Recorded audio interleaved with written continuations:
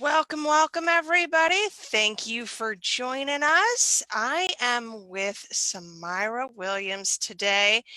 Please do tell us about yourself, my dear. Hi, I am Samira. I am a licensed psychotherapist. I'm really a mental health advocate and trauma recovery coach. Um, I'm an adjunct professor and a writer, and I'm a mom and a partner, and really just an amazing human who loves other humans. I love that. You're not busy or anything. No. So let's start today I know you've got a new course coming, which is very exciting. So tell us all about that. This is a course that's been like a baby who's been wanting to be born for a long time. Some of my private one-on-one clients have wanted to like share my work with other people who may not want one-on-one coaching or therapy. So they're like, why don't you like create something? I was like, okay, I'll get around to it. And life happened. But I finally got it all out of my head onto paper and into a portal. I believe that we can heal trauma through self-empowerment and not so much about like um, fake prosperity or fake like love and light, but really transmuting energy from traumatic and stuck energy into something different, something empowered, keeping the lessons and letting go of the rest of it. And so I healed myself on this exact same path through practices and rituals and really mindset strategies, because it's one thing to have like a cathartic release of a trauma situation, but we still have these stories of origin and they still come up in our lives. Many times we're hurt by people who are in our families or who are close to us or who are in the faith community, and we don't just let go of these ties altogether. I mean, you can, but not always. And so there's this constant issue of being re-triggered. So when you have practices and tools to help you transmute that energy and to set clear boundaries and to figure out where you're going and how you're going to get there, you can live in a way that's empowered, that is centered, and that really promotes thriving every day. The course takes you through those practices. So let's talk a little bit about trauma because this is definitely something I feel like we're going through right now. It's it's ancestral trauma. It's not just where we're at right now. Many of us are experiencing generational trauma. So talk me through that a little bit. Oftentimes we have patterns and themes that go through generations. I know many people who are in their 30s, 40s, 50s were raised by people who were directly impacted by slavery, the Holocaust, the Great Depression. And so those ways of surviving get passed down. We have a generation of people where women did not have rights, they were not equal, they did not have a say. There were not for a long time things like birth control. And so we had these lives and these roles that we were kind of forced into. And out of that, I feel came um, one after another of generations who had traumatic imprint, whether it's poverty, limited thinking, abuse, every kind that you can imagine, and just limiting beliefs and injuries. Really, when we talk about generational PTSD symptoms, post traumatic stress syndrome, science has caught up and now shows us that there are genetics of PTSD that gets passed down. And so you don't have to have this horrendous trauma that happened in your life per se to still have PTSD symptoms. And so when you have something, let's just say we call it big T and little t trauma. So when you, even if you have like I think all trauma is impactful and can be damaging. But for example, I had a client who presented as though she was clinically depressed. She was really in a vegetative state, and she kind of woke up one day like this, and it just began to worsen. And so we were doing work together, and what came out of our work is that her parents had had a house fire when she was 2 or 3. She was at daycare. She wasn't home, but they like the house burned down. So they went to like their grandparents' house to live, but the memory of that, she was having dreams and nightmares about the situation, but she was pre-verbal. She didn't have any words for it, but she felt it in her body, the significant loss of what happened. And that can happen in many of our lives. We can have these patterns in our families. The other example that I have, a friend of mine, her good friend recently had a heart attack, but it wasn't actually a heart attack. It's called broken heart syndrome. And she'd been under a lot of stress, and her heart literally just stopped. And once talking with her husband and her sister, it came out that her mother, her grandmother, and her great grandmother had all had this. Great grandmother and the mother both died at the same age of this same heart stopping situation. None of them had known heart challenges before this happened. And so I was talking to her about maybe working with a shaman to see if there had been a tragedy in their lineage that had been passed down. But all of that to say, trauma can be genetic. We can have patterns in our family that really need to be faced and healed, but they are difficult challenges to overcome. And so I often think that our generation is waking up to a lot of old trauma because we have more mental resources and emotional resources to unpack it more so than our parents and grandparents did. Because when you're busy trying to survive, there's not much energy or bandwidth left to work on thriving.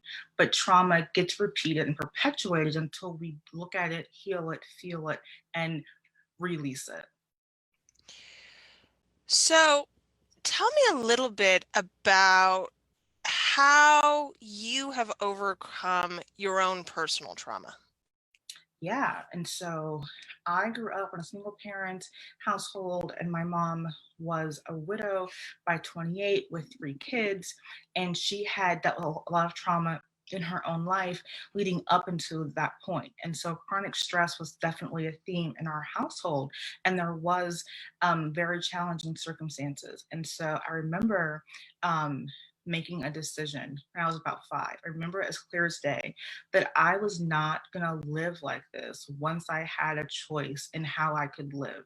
And so we had food, the lights were on. She worked very hard, but there were still some very abusive tendencies happening in this household. And so I really made that decision, and it was a conscious decision. And so I worked very hard in school and got the grades and really began working as soon as I could to get money to move out and really start out on my own path. And but I believe the start of that was making a decision that my life could be different, and I didn't know how to make it different, but I was going to figure it out. And so I also created a mantra. And so it was, I am healed, whole, and complete. And I didn't even really know like the emphasis on that, but it felt good. And I felt like I can figure this out, I can make it work. And it carried me for years, and it helped me to heal and unpack so many things that really gave way to a larger healing that had to happen around the generational trauma. The other piece of it was really growing in self awareness. Some people think sometimes therapy is like blaming your parents for everything, and that's not the case. Self awareness helps you to see a situation for what it is with all parties. Our parents are just people who have children. They often don't have the skill set or the emotional capacity or bandwidth to really parent and raise children in an emotionally safe way, oftentimes because they weren't raised that way. And so I had to embrace feeling how I felt, and more importantly, getting support and navigating those feelings before I could embark on a path towards forgiveness. And honestly, forgiveness does not always mean reconciliation. And so I I really took control over my own emotional intelligence. It was very easy for me to focus on like intellectual intelligence, but I realized that I had so much emotion based on these traumatic things that had happened in the past. I was just kind of holding it. And then I began to have health challenges. And this is before I finished college. I went to graduate school and really learned about how embedded the mind body connection is, and the emotions that we do not feel and express, we suppress, and it can manifest in mental health challenges, physical health challenges, mysterious symptoms that no one can explain. And so I really began to create a path of integrated care where I healed mind, body, spirit, and my heart, which is a lot of what the course goes into, because there are so many modalities that can help with that. But the truth is, you have to have a daily practice that you can do on your own every single day, no matter what, to help create patterns that really withstand the psychology that you want to create for yourself. I came from a very broken psychology in my family, and so I had to create one that created the life that I wanted to be complete and healed and full of love and prosperity and really just like normalcy, like fully functional and so not dysfunctional. So I had to begin unpacking some of the dysfunctional patterns that were present. And honestly, I think emotional intelligence has become so more widespread in the past 10 years than it ever was before. And so we think about people in the 30s and 40s, our our parents and grandparents really were introduced to alcohol, to drugs, cigarettes, and it became a numbing agent. And so there really wasn't a lot of space held to work through emotionality and mental health and well-being and what that meant. And so in parenting from that perspective, I think many children, myself included, were harmed because we did not have a voice and we did not always have empathy from adults around us, because kids were supposed to be, sit down, be quiet, talk when you're spoken to, Seen, um, not heard. seen, not heard. But that becomes patterns in our life that we have to unbreak. Yeah. So, what I hear a lot from you through all of this is essentially about choice. When when we're dealing with systemic issues, there's not a lot of things we can do on an individual level beyond making our own personal choices. So tell me what that looks like for you. Was getting clear on how I wanted to live and being very intentional about it. I remember I had a car accident some years ago, maybe 12 or so. And so all things stopped for me in my life. I couldn't work, I could barely walk, things were bad. And so I realized, being hopeful in the beginning, that things would get better rather quickly. I hadn't had an accident before. I thought, I'm in pain, but it'll get better. And so it wasn't getting better, it was getting worse. And I realized one morning when I woke up that I didn't have that hope anymore. And I realized I was not going to make it if I didn't cultivate some kind of hope that things could get better. And I realized it was going to be painful, but I was the one who was going to make things better. It wasn't going to show up on my doorstep. And so I know people are often faced with situations out of their control that they could not foresee. But I believe we always have control over our attitude and our effort. And so I couldn't change the circumstances, but I could change my attitude towards them. And so I worked really hard um, and set my intention of finding folks who could help me on my recovery journey, mentally and physically. And so that's what happened. But I really had to think about not just wanting the opposite of how I grew up. It's almost like when we're dating somebody, you can have like a Chevy and that doesn't work. Like, okay, I'll just go get a Ford. It's different. Things will be better. That's not always the case. We have to get clear on what we're wanting, not just what we're not wanting. And so I created a vision board and really didn't know what I was doing. I watched it on Oprah, seemed like it could work. So I tried it because I was desperate. Everything on that board came true because I really set the intention in a proactive way. And so it is about choice.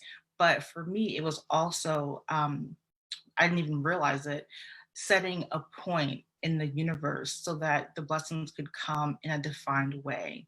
And so for a long time, I worked on trying to turn the darkness off versus embracing the light. Because when you embrace the light in your life as a lifestyle, through your choices, your patterns, your intentions, your willingness to do something differently, it automatically turns down the darkness. When all we're doing is trying to turn down the darkness, it's almost like counterintuitive, because the more that you're trying to turn the darkness off, the more darkness that you'll see and the more you'll feel it. Which is how we get to all of these white love and light ladies who are absolutely not here for any of this work right now. Yeah, yeah. Love and light is great in theory, but the new, I guess, buzzword in our industry, and I think in the world right now, is spiritual bypassing. You can offer love and light to someone who has just lost their spouse or their child, but you also have to show empathy and weep with those who are weeping. You can't bring a mother who's buried her child a candle and be like, okay, love and light. That's not your Yeah, intention. it doesn't work. Might be pure, but it's really off touch. And so for me, even when talking about a forgiveness process, I come from a Christian background. And so I felt like I was being a bad person if I didn't hurry to forgive. And I had to really explore that and challenge my own faith and my upbringing around those ideologies. And when I began to challenge it, I realized for me, it was better to feel the emotion, to give myself space to be upset because things that happened were effed up and there was no other way to say that. And at that point, I could make a decision to forgive in an authentic way, knowing that for me, in certain dynamics, forgiveness did not mean reconciliation or even communication. And so I think when we just offer someone love and light, it can be disingenuous if we're not going to sort through the mess of it. You can't always avoid the mess, and we want to, but you can't. The mess is where we grow, right? The mess is the thing that happens while we're waiting for life to happen. And if we ignore what happens there, we don't move on from it, whether it's our own mess or whether it's ancestral. It's the truth. It's so the truth. And I believe that's one of the misnomers. I work with a lot of clients who, love The Secret and they love manifestation and laws of manifestation, and they are powerful and they can be very potent. However, it's not a big blanket that you just cover this huge pile of like trash in your house with this big blanket and say, if I focus on the blanket, the mess will like evaporate. It won't. And so I think for me, I really had to learn, and my own trauma therapist really helped me to do this, was to realize it's not fair to oneself to think that life is always magical. Every day is not great. And when we have experienced really challenging situations, there is a time where we have to wade through that swamp, whether it's grief or fatigue or physical symptoms or feeling very sad about a very sad thing. I know for a lot of white women now, I believe that they are awakening to a reality that they really had not been aware of before. And so you have to give yourself time to come to terms with that. However, you can't use it as an excuse not to do the work. And so even though I had lots of grief over traumatic memories that came back up for me about 3 or 4 years ago, they were quite intense. I realized that the more I was trying to wade through it on my own, it wasn't helpful. And the more that I used denial to cope, the worse I felt. And so I could not use denial as a coping mechanism. And I think that's true for all of us. We can deny that it's true, doesn't make it any less true. So let's talk about what that looks like in practice. What are some of the things that you have experienced throughout your life that have led you to a place where you really have to move past the circumstance? Certainly. I mean, really for me, it's my mother. She had mental health challenges all throughout my youth and growing up there were also addiction issues, and there were also systemic issues. There were economic challenges, and there was just this theme in my family of chronic stress, chronic daily stress. And so, being the empath that I am, that was not the best upbringing for me personally. And so I had to come to terms with my parents weren't who I needed them to be. They were who they are, and they were also victim of circumstances. And for whatever reason, they could not overcome them in a way or in a time frame that could have helped them to raise me in a different way. And so my dad was not in my life. He began to use drugs heavily when my mom was pregnant with me, and so he was never a part of my life. And she raised me on her own. I really had to realize that for me, subscribe to the belief that we come here on earth, we pick an assignment, and those lessons play out over our lifetime. And so I feel like my ultimate lesson has been to learn how, to give and receive love in an honest way. And so it looks like for me figuring out how I could love someone while also loving myself. It was also embracing what being a martyr has meant in my family. It wasn't a healthy pattern. I had to also identify areas of my life where I was codependent and where I perpetuated habits that weren't serving me. I had my very first therapist I said, I feel like I'm on a crazy train regarding the dynamic with my mother. And she was like, well, get off the train. She's like, you got to step off the train. That train can go wherever it wants to go. You don't need to be on it. And it was revolutionary when I realized I was no longer a child stuck in a house that was dysfunctional. I was an adult who could make different decisions, even if people didn't like my choices. And the Christian faith, it's really impressed upon you that you're to honor your parents, and honestly, no matter what. And so that can become toxic when the situation is not healthy and when there aren't boundaries. And so really embracing boundaries as a tool to live to live a life that's full of more integrity and authenticity helped me to be able to give and receive love in a healthy way and not betray myself, my psyche, my experience. Let's talk about boundaries, baby, because this is really, really hard, I think, for Black and non-Black women of color in particular. We struggle with this. We struggle with placing boundaries around things because so often they come back to bite us in the ass. And often I think, for one, I think boundaries are like gates. We can't have, I always say, you can't have a kingdom, a queendom, and not have gates to it. And so it keeps out things that shouldn't be in. It also creates a line in the sand that says what's okay and what's not okay. If we allowed a child to do whatever they wanted and you kept getting your hand burned on the stove, at some point we have to look at the system that was created to allow the child to keep playing with the stove, right? Boundaries are the same way. If we don't set the boundaries and we continue to get hurt, we are perpetuating the same cycle that we are saying is bad. And so I had to become friends with boundaries and learning that was the most effective way to communicate what I needed and to ask for what I wanted, and to determine what helped me feel safe and what didn't. Oftentimes when early trauma happened, and I think that it happens a lot for children, also I think sometimes in higher rates in minority families because of a lot of systemic issues, we think that to love and to be loved means we're just like an open door. Anything goes. We have to help everyone. We have to do everything. We have to forgive immediately when our feelings are hurt or when things happen that shouldn't happen.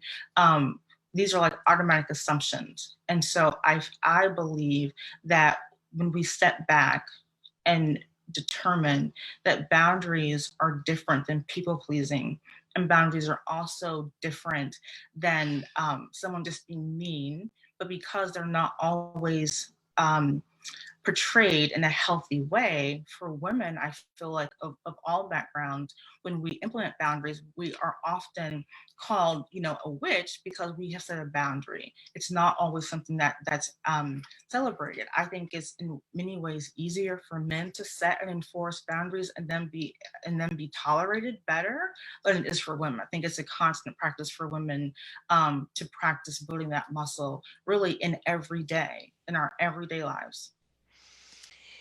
I like the analogy of it as a fence because you can open and close a fence. You have the ability to let people in who are willing to respect your boundaries. And you can begin to feel confident in keeping those out who refuse to respect your boundaries.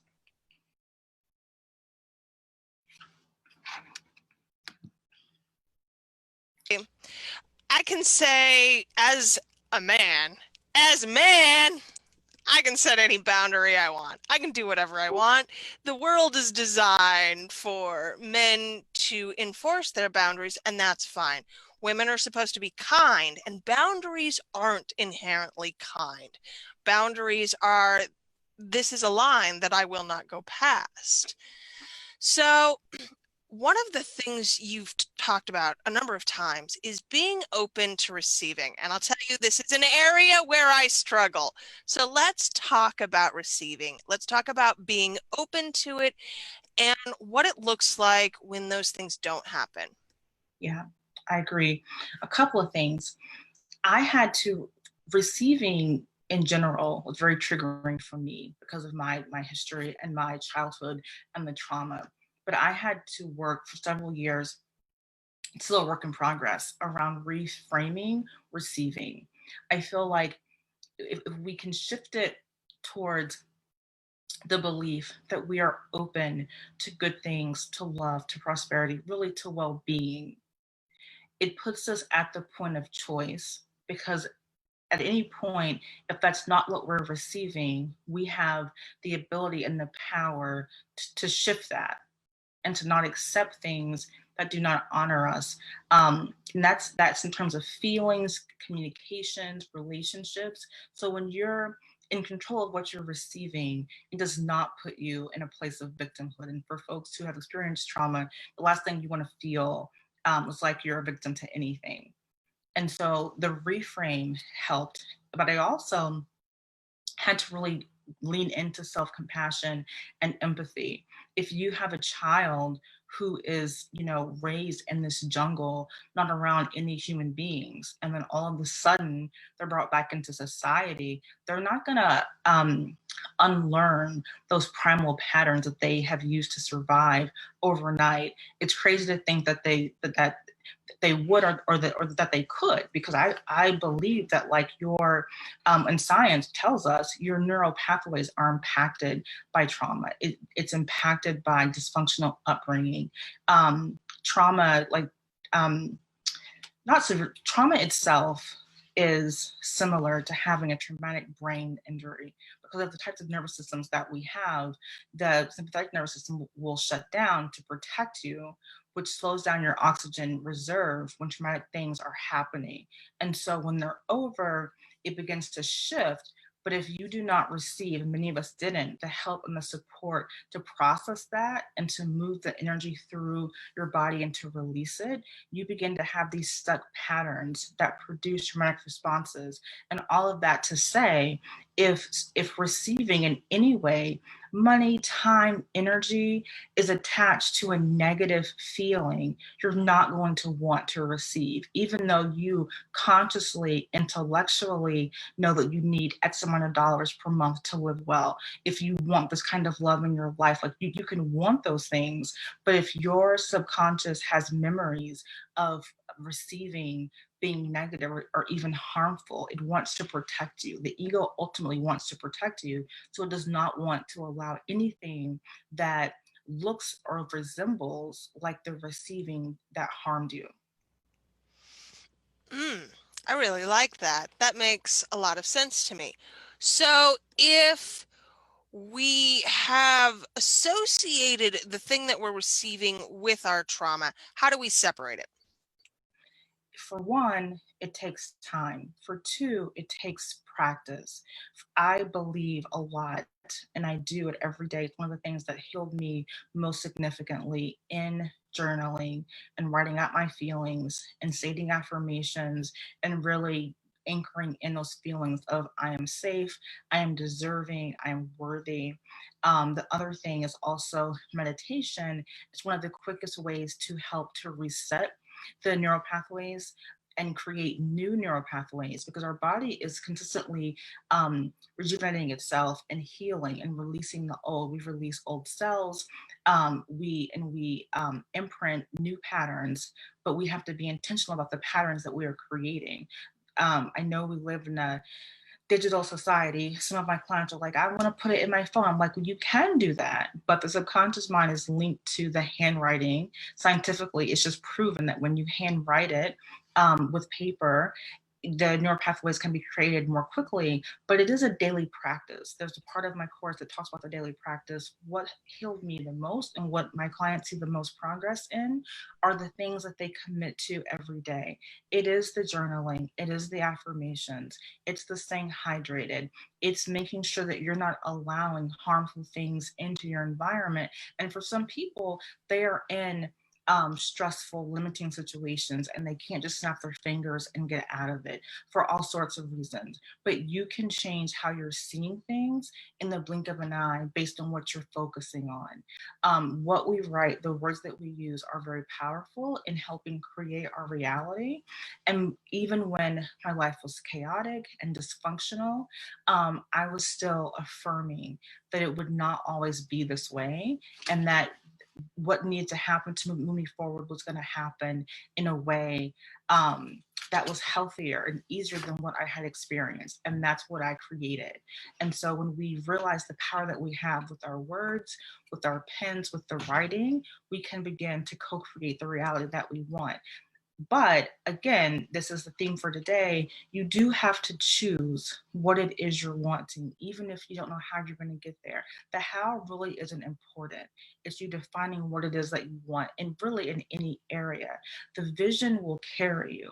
If we only focus on the pain's going to pull us backward into whatever painful things that were happening. The vision for your life, for your work, for your family is the thing that pulls you forward. And so for me, when I had my daughter who just turned 9, I began to realize that I did not want this generational pattern of dysfunction to fall on her. And so I began to diligently seek out whatever needed to happen to break these cycles and to parent her differently and to reparent myself so that I wouldn't perpetuate those same broken patterns in my raising of her.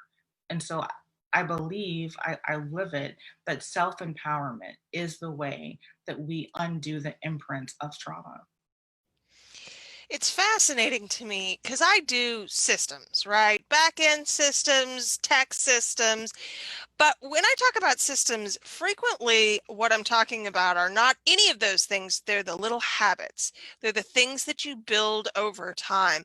And it really does interest me how many of those things parallel in other areas of our lives. When we talk about healing trauma, when we talk about creating time, we're talking about the same thing, which is the basic daily habits that we use to build our lives. It's true. It's true. And for a long time, I was so desperate to find like the thing, the path, the therapist, the program, the The vitamin. right thing that's going to solve all the Thing. There's problems. this magical unicorn thing. And finally, I felt like a hamster on a wheel. I was like, all of these things help, most of them move me forward. But there are still these daily practices. And I have so many clients who always say, or with a lot of doctors and nurses, because healthcare is highly stressful. Oftentimes people have invested so much into their education, they can't just throw it away, but they don't want to be doing it. And so they seek out support to shift how they're thinking about it. But I have a nurse who always says, it takes this much to be healthy. And I was like, well, it takes a lot of work to be sick and miserable too. It really does. So if there's work either way, we can choose to do the work consciously and create the life that we want, or complain about being miserable and sick. And I think there is a time for complaining. I think it's a part of life, but we can't get stuck there. Let's address that. How do we, especially right now, there are grievances to be aired, right? And those things are important. That's part of how we recover from trauma and how we move past it. But what does that look like when it's healthy? When it's healthy, it's feeling what you feel about how you feel. I mean, there are terrible things that happen, and we even can sometimes get upset with ourselves for, as Maya Angelou would say, not knowing what we didn't know when we didn't know it. You can't blame yourself for not knowing what you didn't know when you didn't know it. But the moment that you find out or that you figure it out, you are responsible from that point forward and doing something differently. And so you can be upset or sad or angry or in grief about what happened or what didn't happen. And you can have a time for that. But there also is a time for saying what needs to happen differently. My 9-year old is speaking in, she's my co host. What needs to happen differently to move forward. And I think it can be easy to get stuck in this, well, it shouldn't have happened and they shouldn't have done it. And why are we still dealing with this? Or why am I still dealing with this? I had a lot of that around my father wound. It would come back up over time when my life changed and evolved. And I would say, I thought I already did this work. I already forgave. I already wrote the letters and burned the things and like danced and hooped and I'm done with this. We evolved so Nope. quickly. So you did do work on this thing, but now you're on a different level. Think about Pac-Man. There are different levels of this game. Ooh. And Hmm. when we master a one level, we do ascend to a different level, and the more evolved version of ourselves has to look at this next piece of it. What I have found though is that we begin to look at it, work through it, and move through it at a faster pace when we're not avoiding it. This is the reality. I worked for years with addictions treatment, and the frustrating part is the addiction sometimes can be worse than the recovery. People spend so long avoiding recovery because they think I won't be able to survive, the withdrawal or the change in patterns or giving up my friends. And what is always found is like I put this off for years, just doing more damage. If I had just faced it sooner, I would have prevented so much more turmoil in my life. The same with trauma recovery often. So let's talk about the levels because I've discovered that in my own personal practices as well. It starts out big and then we get over that hump and then we have another layer and then we do that work and we feel like we've recovered and we're moving on and then something will happen and that trauma comes rushing back. So we use our tools, right, to do the work and process those things. How can we not see it coming? Because in most cases, I don't think anyone really sees the recurrence of trauma coming. But when it happens, what do you advise people do to help accelerate the process? I think always take a step back. I think sometimes we can see it coming if we can get in touch with our triggers. I read, and it's called the Daily Bread magazine, randomly on the plane going somewhere. This guy's like, "Here, take it." I'm like, "Okay," and it said there are some things that we won't heal in one lifetime. And I was so taken back by that because I think we're on a path in our current society where everyone wants to be on purpose, in purpose, living their best life, and all things are like magical. And that's not the reality. That is an aspect of life, sure. But the other reality is there are some wounds, and even when they heal, if you press the scar with too much force, you will experience pain. There are people who have illnesses and surgeries and different illnesses that may be in remission, but if the wrong thing happens, they get the flu or whatever, there can be complications. It's the same thing with our emotional health. Knowing your triggers are really important. I think having support in whatever area of life that you need. That might be professional support, a therapist or a coach, but it also could be having community, being in a book club, going to a spiritual center that works for you, being with other people who are like-minded, who will miss you if you're not there, who will call and check on you, who you can do life with, I think is a key part of really trauma recovery. Because when you begin to have a relapse or things, or you become triggered, or something just terrible happens and old stuff comes back up too, there's a support net already in place for you. And so I believe that some of the ways that you can um, not just see it coming, but when it's happening, know your limits. For a long time, I pushed myself past the point of exhaustion every day. It was a daily practice. And so I had a practitioner tell me once, she was like, if you keep doing this, at some point, you may not be able to bounce back from it. She's like, you keep burning yourself out to the point that you're physically ill. She's like, this can't be a habit. She loves to make her cameos. And so a lot of women, I believe, do this, and not always um, out of being a martyr, but really having a good heart, wanting to help, wanting to give more and more and more. But I believe it's a rite of passage and a birthright to save some of your own time and energy for yourself. And so burnout can be a big trigger. I also think that it's important for people to be able to identify different seasons where things might be harder than others. Some people have different times in their life where things are just harder. Think about the loss of somebody, the month that you lost that person. Think about seasons of your life that can be more difficult. People on the East Coast often have more depressive symptoms in the wintertime because there's not enough sun, the days are shorter. Environmental factors make a difference. But I also believe that one of the key practices that goes along with self awareness is making time to check in with yourself regularly. I do it every day, most days, or to check in and see where you are, how you're feeling. What are you carrying over from last week or last month, or a conversation that you had with somebody that maybe was upsetting or hurtful that you didn't ever really follow back up on, whether with yourself, writing out how you felt, how you were hurt, angry, whatever. And if appropriate, having the talk with that person. I have a coach friend who says we can get backed up emotionally, where we just keep stuffing our emotions until they erupt. If you're sorting through them on a regular basis, you will know where the red flags are. You can also see maybe where things are not working. If for weeks and months things are deep diving, nose diving downhill, it may be a talk about what's really happening here. If we avoid that reflection, it's easier for us to be taken out when it comes up. So, journaling very specifically for you, what else do you do that helps keep you in alignment?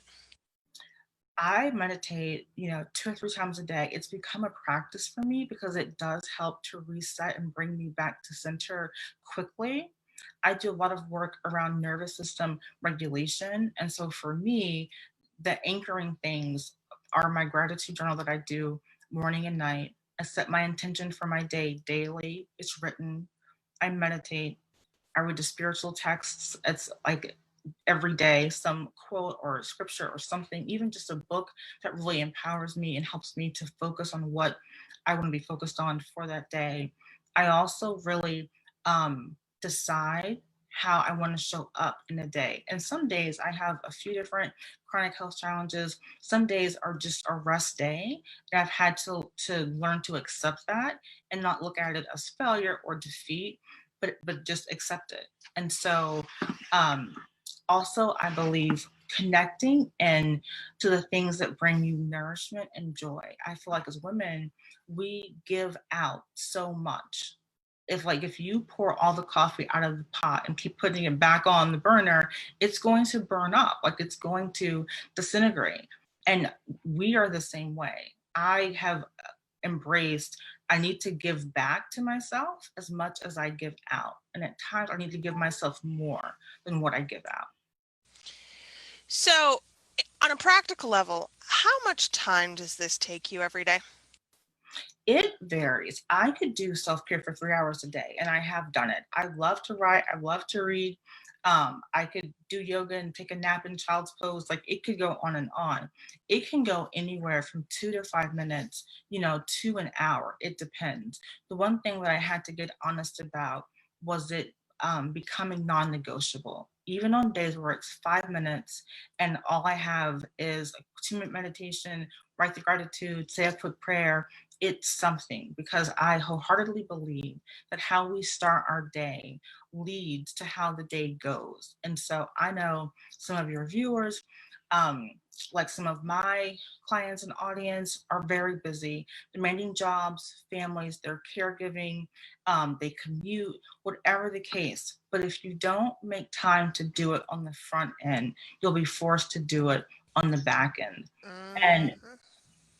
I think that we sometimes embrace busyness as a badge of honor, and there are certainly things that require time and energy, and that's great. Like, it's great.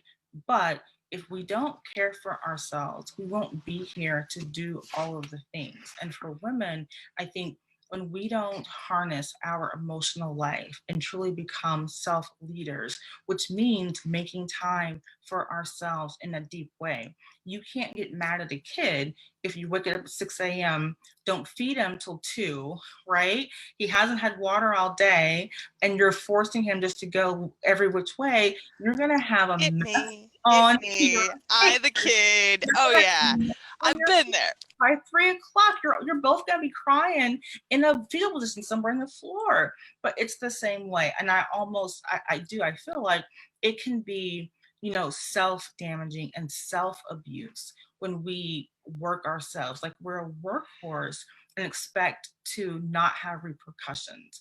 And so self-care has been a part of my healing journey because it has allowed me to bring that care and compassion for myself into my life, which for one attracts more of it, and for two sets a standard for what I want in my life.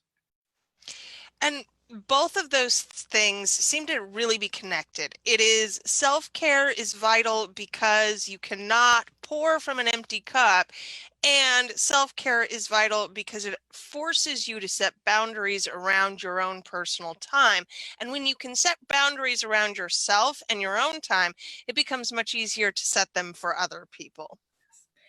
And to honor other people's boundaries. One of the things that I've really had to work through with my daughter is that she so easily sets a boundary, and she so easily shares what's okay for her and what's not okay for her. And so I did not have that choice and that right as a child. And I look at how much of a difference it makes when we can engage in relationships where both people can share what works for them and what doesn't in a healthy, empowered way.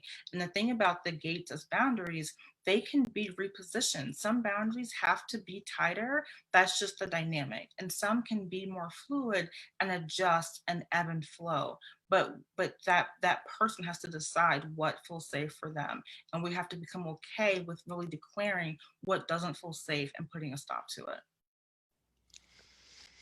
So, wrap it up for us and talk about safety, because ultimately I think that's where we're at. So many of us right now just don't feel safe. There's corona, there's protest, there is massive, massive upheaval. How do I make myself feel safe? Safety has to be cultivated. And we also have to realize that it is a birthright, and we have to acknowledge that for so much of our history, many people have not felt safe. And sometimes that gets passed down to generations. For me, what has helped me cultivate it was it becoming a pillar in my life of me really saying, if I do not feel safe, I need to work to create safety. And that does not always happen overnight. I think for most people who are in healthier situations and dynamics, it can be navigated a little bit more easily, but it's setting the parameters around your life. It's also determining what helps you to feel safe. And it can be very basic. It can be um, I have a blanket that my grandmother gave me that I sometimes will just wrap myself in and get in the floor on a yoga mat and just meditate in that blanket. It can be an actual physical thing. It can also be setting limits around um, your emotional health.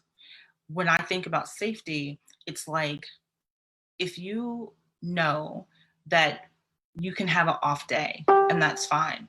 If that off day continues and it becomes a pattern and a cycle and things aren't getting any better, I think that can trigger you not feeling safe, and it can then begin to trigger re-traumatization. And so knowing your own limit and determining what helps you to feel safe is key. I also believe that when I realized in every moment I had the right to feel safe, so whether it's in my personal life, my professional life, at a doctor, in a bank, wherever. And so I know that what's happening right now, it's counterintuitive because so much is happening with Black and Brown people saying we don't feel safe clearly because of what's happening and how we're treated. It is systemic, but I do think that if each of us can focus on cultivating safety for ourselves and our communities and doing our part, we can make safety really be honored as a birthright for all people. I really like that because the systems can't be changed. They have to be broken and then remade. And the way that we do that is by figuring out our personal needs and what that looks like and cultivating that for ourselves and our circles before we can then make that larger. Exactly. And I think it also takes some self responsibility to say, if my feeling safe puts somebody else at risk of being harmed or oppressed, then is that really safety? I think when we start talking about things like privilege, we have to say, is my safety, um, does it come at the exploitation of other people? It's a real question that we have to grapple with. My boundaries end where yours begin. Yeah. Hmm. Well, this has been absolutely amazing, Samaria. Wrap it up for us. Do you have any final thoughts? I believe that healing is always possible no matter where you are in life. I believe that you can have the life that you want. It doesn't always happen as fast as we want it to, but it also doesn't take as long as we think that it will sometimes. The hardest part of anything is taking the first step and starting. And so I believe that when we commit to daily practices, even the things that seem boring and mundane, if we can bring some sacred to it and realize that the more we take care of ourselves, the more we can show up for ourselves, our families, our communities, and actually be the change that we want, the more we're going to create positive change.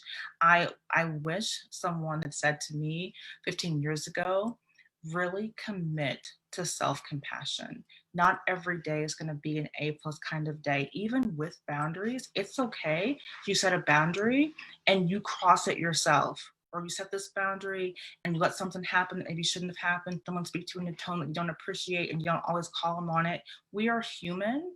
Things are going to happen.